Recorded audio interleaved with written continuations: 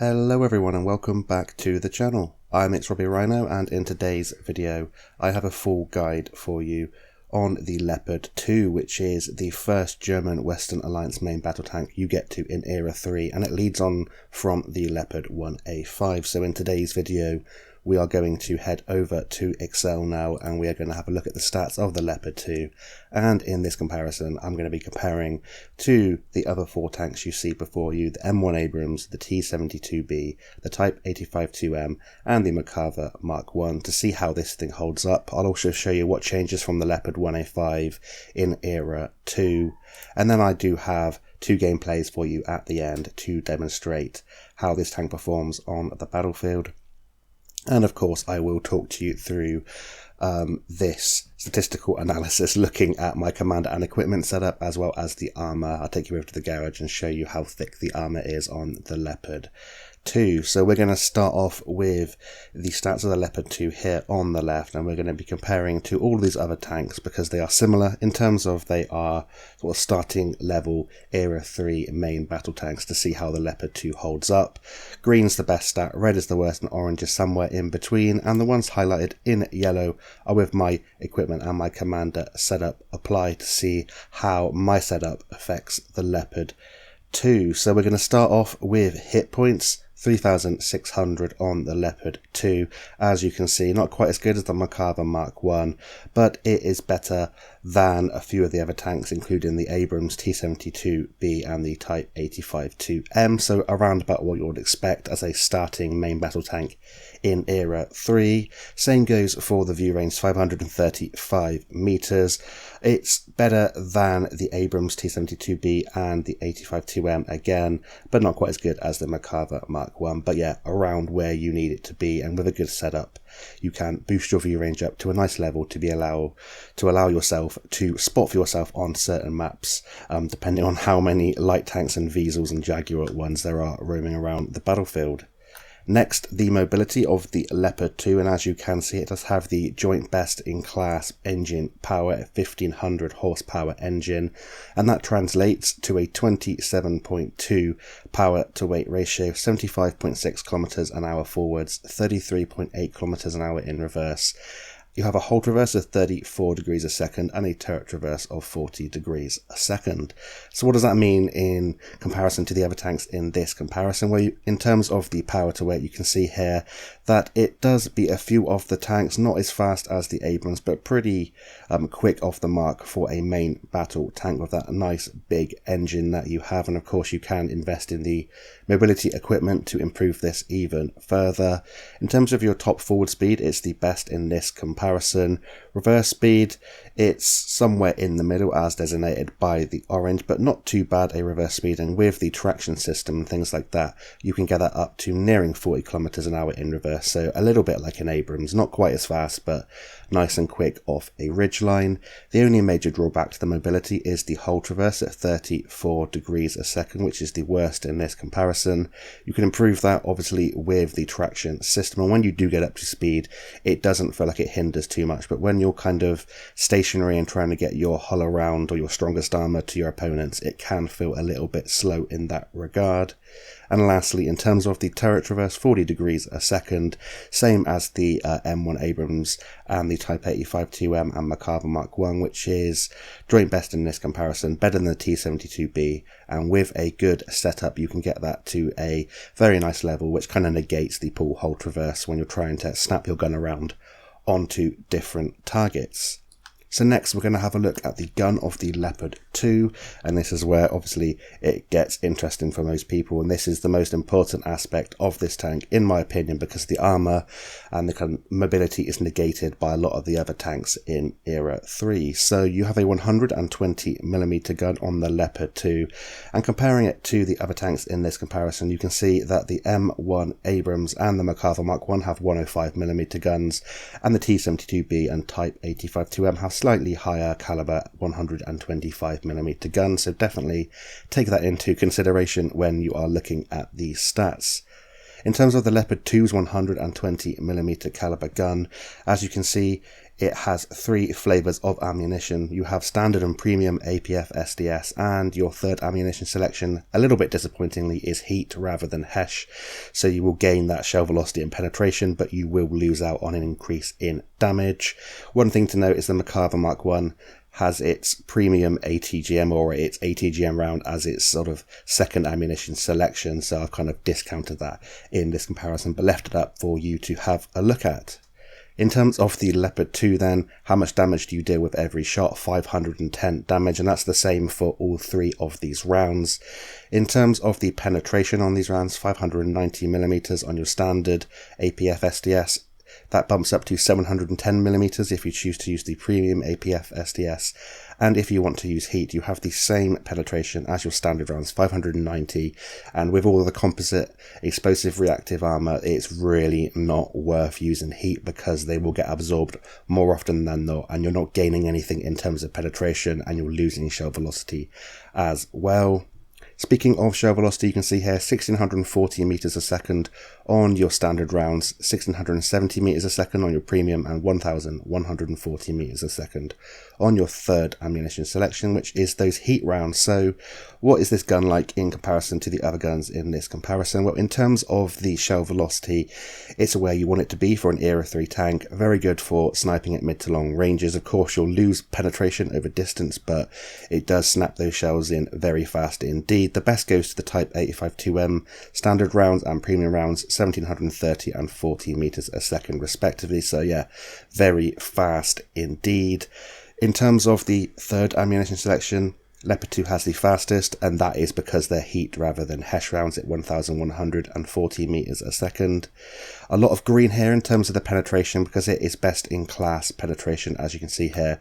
Joint best with the Type 85-2M with the standard rounds, 590mm of penetration. Great for players that don't like to fire a lot of premium, and if you do fire a lot of premium, it goes up quite dramatically, doesn't it? It goes up by 120mm of penetration to 710mm. Best in this comparison and fantastic for butchering your way through those thick armoured plates in Era 3. Lastly, heat rounds, very good penetration, 590, same as the standard rounds, but yeah, largely useless in Era 3. Now we're going to get onto the gun handling and DPM of the Leopard 2, and then I'll talk you through my commander and equipment setup, then we'll get talking about the armour and watch the gameplay. So in terms of gun handling, you have a base 2.1 second aim time and a base 0.23 accuracy, a DPM of 4,437 base, which is a 6.9 second reload when you are fully upgraded, 50 rounds, 9 degrees of gun depression, and 20 degrees of gun elevation. So what is that in terms of this comparison? Well, aim time is the joint worst in this comparison with the T72B and the Type 85-2M, but it goes down to a very respectable level if you invest in gun handling skills in your setup, so I wouldn't worry about that too much. But you do have the best in class accuracy base at 0.23, and that gets down to pinpoint accuracy levels if you invest in gun handling skills when you're thinking about your setup. So a very, very accurate gun, especially when you're fully aimed in. And yeah, a very good sniping gun, very good at kind of all ranges with that good shell velocity and very, very nice penetration.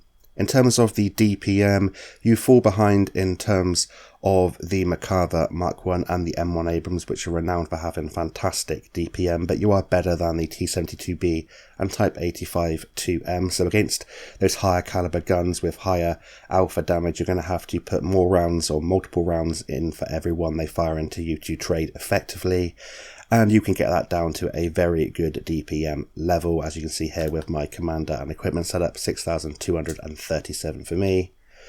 In terms of the reload, 6.9 seconds, which is somewhere in the middle. The Macabre Mark 1 reloads in 6.1 seconds, but bear in mind that has 460 alpha damage on its 105mm gun, and the M1 Abrams has 480 alpha damage for a 6.2 second reload. Next, ammo capacity, about where you would expect in comparison to the other tanks, whereas the Macabre Mark 1 has many, many more, but that is a lower caliber gun with lower alpha damage.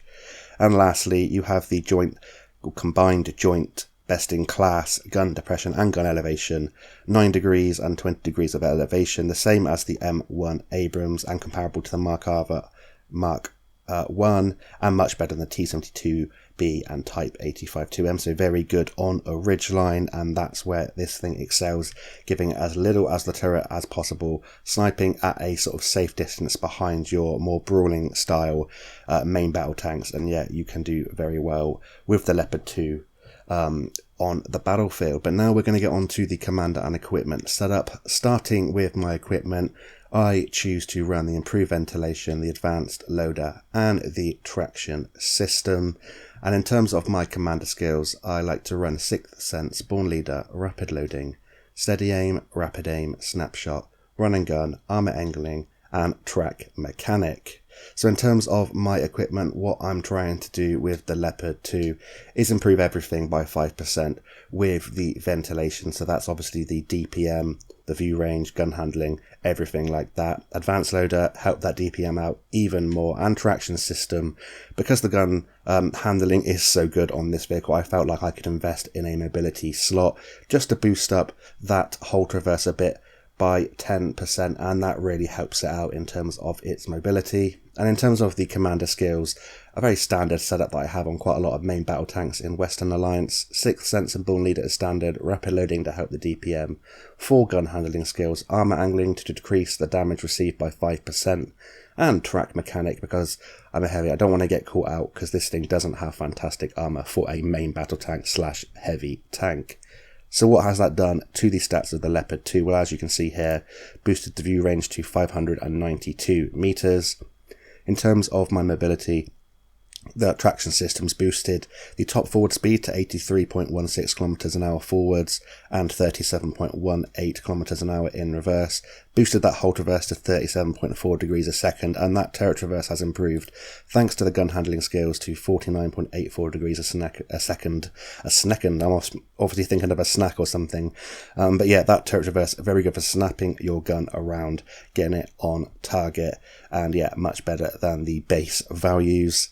Lastly, in terms of the gun handling and DPM, 1.9 second on the aim time, 0.18 second on the accuracy, so a pretty reasonable aim time but a pinpoint accurate gun. DPM shot up to 6,237, and I've dropped from a 6.9 second reload down to a 4.91 second reload, getting that DPM in and trying to fire multiple rounds for every one round that I fire or I take from the opposition, trying to get the most out of that DPM, which we have improved. So that's it for my commander and equipment setup. I'm just going to quickly show you on sheet 2 here what's changed from the Leopard 1A5, which is the tank the Leopard 2 leads on from, and then I'll take you to the garage, show you the armor profile of the Leopard 2, then we'll get stuck into the 2 gameplays. So from the Leopard 1A5, as you can see, massive boost in hit points to fit into the Era 3 meta. In terms of view range, 5 meters more, kind of negligible, but you know, every little helps in that regard.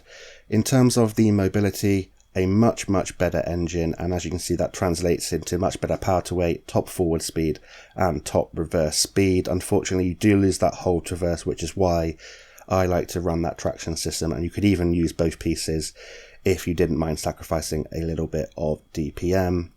In terms of the gun, it's jumped from a 105 to a 120mm, meaning that you have much better alpha damage on your standard and your premium rounds. You drop on your third ammunition to the same as your standard because you don't have HESH rounds like the Leopard 1A5 has, so you don't have that extra option of shooting lightly armoured tanks for more damage, but you have those fantastic penetration rounds and much better shell velocity. Great for sniping, and yeah, pretty damn good for a free-to-player player who doesn't like firing premium. In terms of the gun handling then, you do have a drop in your aim time, but you're a higher caliber gun and you can get it down to a reasonable level, so nothing to worry about there. And then you have, you know, much better accuracy, much better DPM, quicker reload, 5 rounds less, which is pretty much the same, and the same gun depression and elevation, so a nice upgrade there to fit it into Era 3. And that's it for the stats there of the Leopard 2. I'm now going to take you over to the garage, show the armor viewer of the Leopard 2, and then I'll take you into the first of 2 gameplays to see how this main battle tank performs in Era 3. So I'll see you over in the garage in just a second. So here we are in the garage having a look at the armour viewer of the Leopard 2, and this is where this tank catches quite a few people out because they think main battle tank must have good armour, and that isn't the case for the Leopard 2. You have to focus on the gun because the armour as a sort of bottom rung, lower era 3 main battle tank isn't fantastic, and you'll get penetrated quite often, especially by ATGM rounds that are flying around in era 3 from the Wiesel 1A1 TOW and the Jaguar 1. So yeah, definitely be careful with this vehicle. We're going to start from the thickest part of the armour, which is this section here to the front left of the turret. As you're looking at the Leopard 2, 345mm, not particularly thick for the front of a turret on a main battle tank in era 3, and even though there's some sections behind this, even if you're looking at the Leopard 2's penetration going through itself, you have 590 with standard, 710 with premium, more than enough to go through this more often than not, especially if you're kind of shooting at it from a flat angle like this, so definitely be careful. 325mm to the front right of the turret. In terms of the other sections, you have that 280mm section, 250mm behind the mantlet, again 240mm as well, and then you have some random sections to the side of this turret, 200mm turret ring, and where it kind of slopes down underneath the gun, that sort of green section underneath the rectangular section, it can kind of bounce off underneath your gun or off of the mantlet and just go down into your turret ring anyway, so which is a bit of a drawback for the Leopard 2. In terms of your lower portion of your upper plate and your lower plate, 190mm at the thickest part, everything's going to butcher this, especially ATGMs. Be very, very careful. With ATGMs, what you want to do is try and bait people into shooting your tracks or into the side skirts where you have the best chance of trying to avoid damage. However, this thing is a tank that ATGM wielding vehicles do love to shoot at. Very tasty treat like the rest of the line before it. In terms of the actual bit there behind the gun, 160mm, and again, the block section there on the mantlet, 150mm. Some other sections of side turret armour which are kind of negligible. Actual side of the turret at the front, 120mm, very, very tasty to shoot with ATGMs and any kind of round really.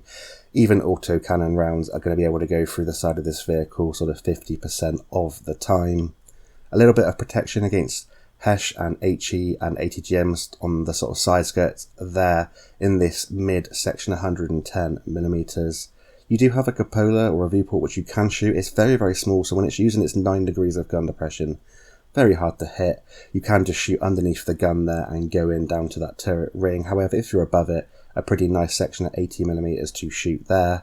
Then you have some more sections of turret armour at 70mm, 60mm, and then we get on to the gun and the actual front half of the side armour, which is 50mm, and this thing is terrible at side scraping as a main battle tank. This is the thickest part of your side armour at 50mm, and you only need a 151mm caliber gun or higher to overmatch this section. Very, very poor at side scraping. The only reason you'll side scrape is to bait people into shooting ATGMs or shots into your tracks and try and avoid damage that way, or you're trying to just minimise the amount of your tank that your enemies can shoot at. In terms of the rest of the upper plate, 40mm, and as you can see, it's very, very well angled. Sometimes autocannons are just going to ricochet off this, and even other lower caliber rounds, if people are autoing at the front, you can get weird auto ricochet angles on the top part of this upper plate. But even on the lower plate and the bottom part of the upper plate, very, very easy to penetrate. And a lot of tanks are taller than the Leopard 2, so they're just going to shoot down into it, especially when they're face hugging you. This is still very easily accessible for ATGMs. And if you try and loop an ATGM on top of this sort of front part of the vehicle, you're going to do some pretty hefty damage. Some more protection behind the front turret, so to protect against lower caliber and autocannon rounds. Some more track armour there, 30mm, and you have a little bit on the side of the turret there, right in the centre. And now we're going to get onto the thinnest part of the side armour, 25mm of side armour, meaning that to overmatch this section here, this sort of rear half of the vehicle, you only need a 76mm caliber gun or higher to overmatch this section, which is pretty much what every tank nearly has in Era 3, apart from those auto cannons. So yeah, again, the only reason to side scrape is to minimize the risk. You definitely aren't going to be able to side scrape against most cannons you're going to be firing against, especially other main battle tanks. And lastly, you have this protection here on the side of the turret and this kind of side of the armor at 20mm, but very easy to go through with 80 GM still, and it only really protects against some HE damage.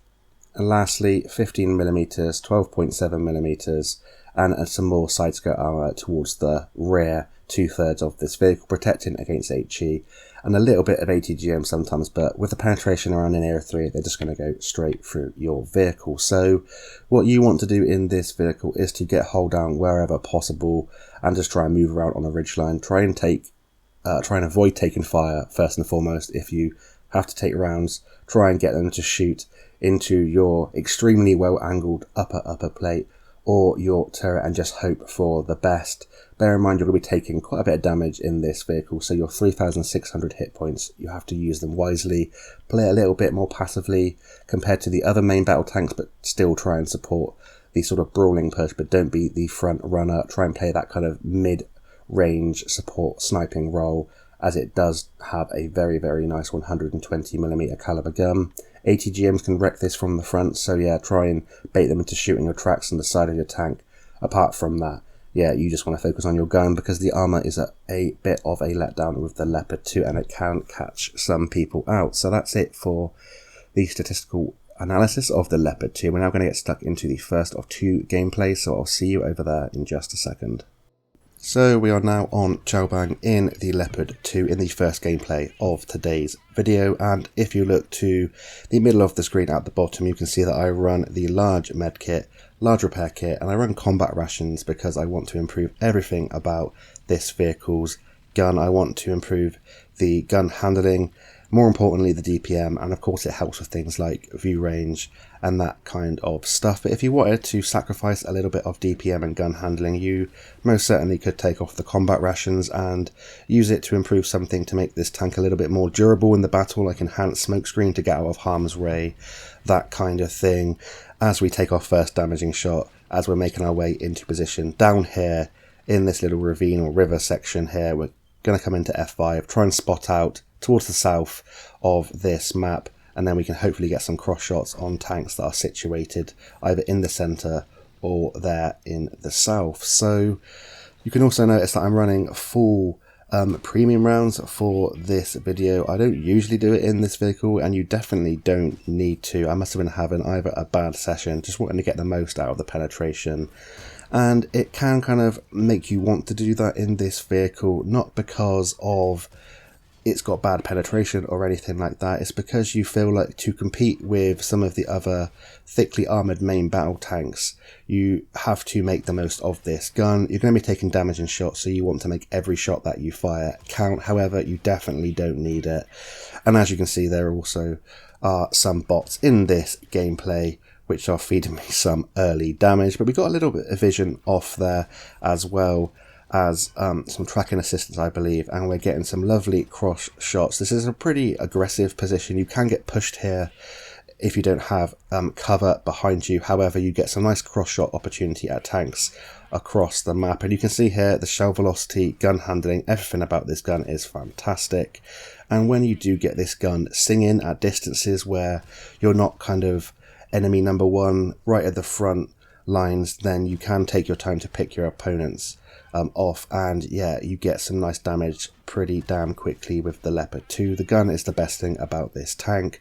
Armor, you know, it's just a bit of a lottery whether it's going to work sometimes. Definitely more of a kind of mid-range support sniping main battle tank rather than a full frontal, you know, I can block everything kind of main battle tank. So in the first sort of 2.5 minutes of this battle, we're already up to 7.5k direct damage and 1.8k assistance, so a pretty decent result for an Era 3 tank, especially one on the bottom rung of Era 3. We're going to try and push the tempo, see if we can get some more out of this game, and yeah, take this tank to its limits. You do have that nice slug of hit points at 3,600, so you definitely can expose yourself quite frequently, especially against tanks with 105mm guns or 120mm caliber guns. You just got to be careful of things like the Thumper or the Object 477A that can really slap you, and of course ATGM rounds. You don't want to get caught sort of surrounded or getting chased by a little Weasel 1A1 TOW or a Jaguar 1, because it can be very damaging to your damage output and your kind of success in games if that is the case. But you can see here with the aim time, although it's not kind of the best in terms of our stats analysis, you know, it's good enough now with our setup to sort of aim in really, really quickly. And when you're aimed in, I've got that 0.18 meters accuracy with the Leopard 2. Obviously, pinpoint accurate, fantastic gun, and you just want to make the most of that, playing at a reasonable distance, trying not to get it lit up if you don't have to, and you do have the mobility to get around the battlefield. It's a pretty quick main battle tank, especially when you use things like a traction system, and if you wanted to, you could also use the advanced powertrain to further improve your mobility, and yeah, you'll be very good at ramming lighter tanks like the Weasel, the Jaguar 1, or some of the other tanks in Era 3. You can ram for a substantial amount of damage. You're still pretty heavy, even though you haven't got the thickest armor in Era 3. You just do have to be careful about tanks pushing you that just have superior armor, like the 477A or some of the other main battle tanks. They will be able to rip you to shreds. Even though you do have fantastic penetration, they will bounce some shells, whereas you won't.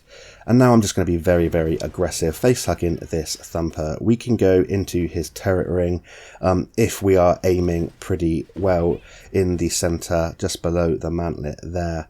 It looks like we're going to falter here as we do aim a shot into some armour, which is so well angled we're never going to be going through.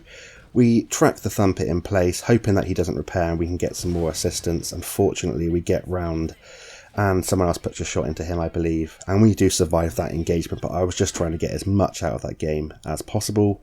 We finish with 2 kills, 11.6k direct damage, and 1821 assistance, 1645 basic XP, MVP on our team, and an all-round pretty nice game, albeit some bots in this game. But we're now going to head on into the second gameplay of today's video, where I don't believe there are any bots, and we still have a pretty damn good game, so I'll see you over there in just a second. So now we are on Serene Coast in the Leopard 2, and we are going to make our way down the 1 and 2 lines, use our gun depression, and this is a map where we can actually be one of the first into position, because if people push you on this map, they will get absolutely shredded by the tanks that hopefully join you, or the tanks that sit back here and sort of cover this 1-2 line. So we're going to use the great mobility with the Leopard 2 down this 1-2 line, get onto a ridge line, and hopefully we can put shot after shot into our opponents, test out the turret armor of this vehicle just a little bit and see what we can get up to. A little poke here to see if we can spot anyone in the center,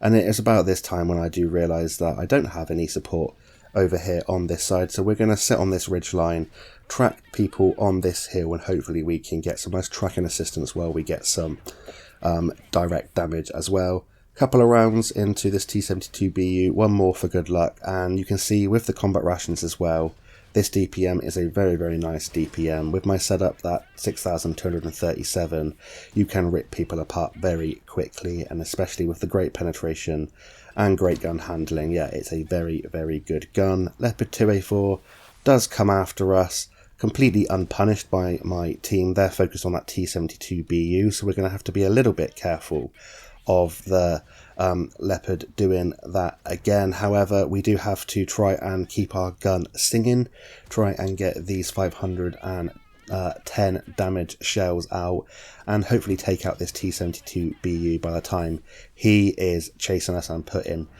a round into us. Rocking backwards and forwards between every shell. We now have some help to our right there, and we're going to let him take the charge. Hopefully we can get a side shot. Nope, he gets pushed over the cliff by that M1A2 Abrams, and yeah, that's a T72BU, very dangerous tank taken care of. We have the gun depression to work this position, whereas he did not, and now we're going to try and get some mid-range shots at this type 85-2M, which we compared this tank to earlier.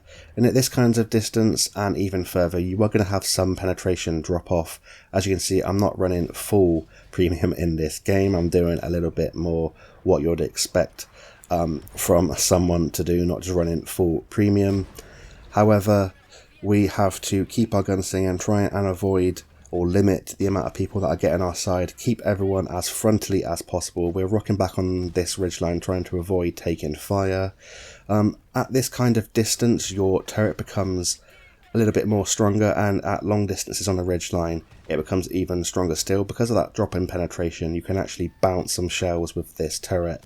However, it is always advisable to move as best as possible, not give your opponents an easy shot. So we're in a little bit of a dilemma here. We got the Thumper to our left, and we do have a man battle tank straight ahead of us. A little bit wary, however, I just want to try and take out one of these tanks as quickly as possible.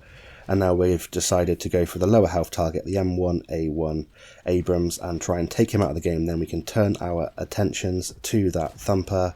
M1A1 Abrams is running away, which means we can now reverse up, try and get some shells into this Thumper. And we are below him, so he's going to have to expose himself quite a bit to get shells into us. And that will allow us to put multiple rounds for every one round that he's putting into us.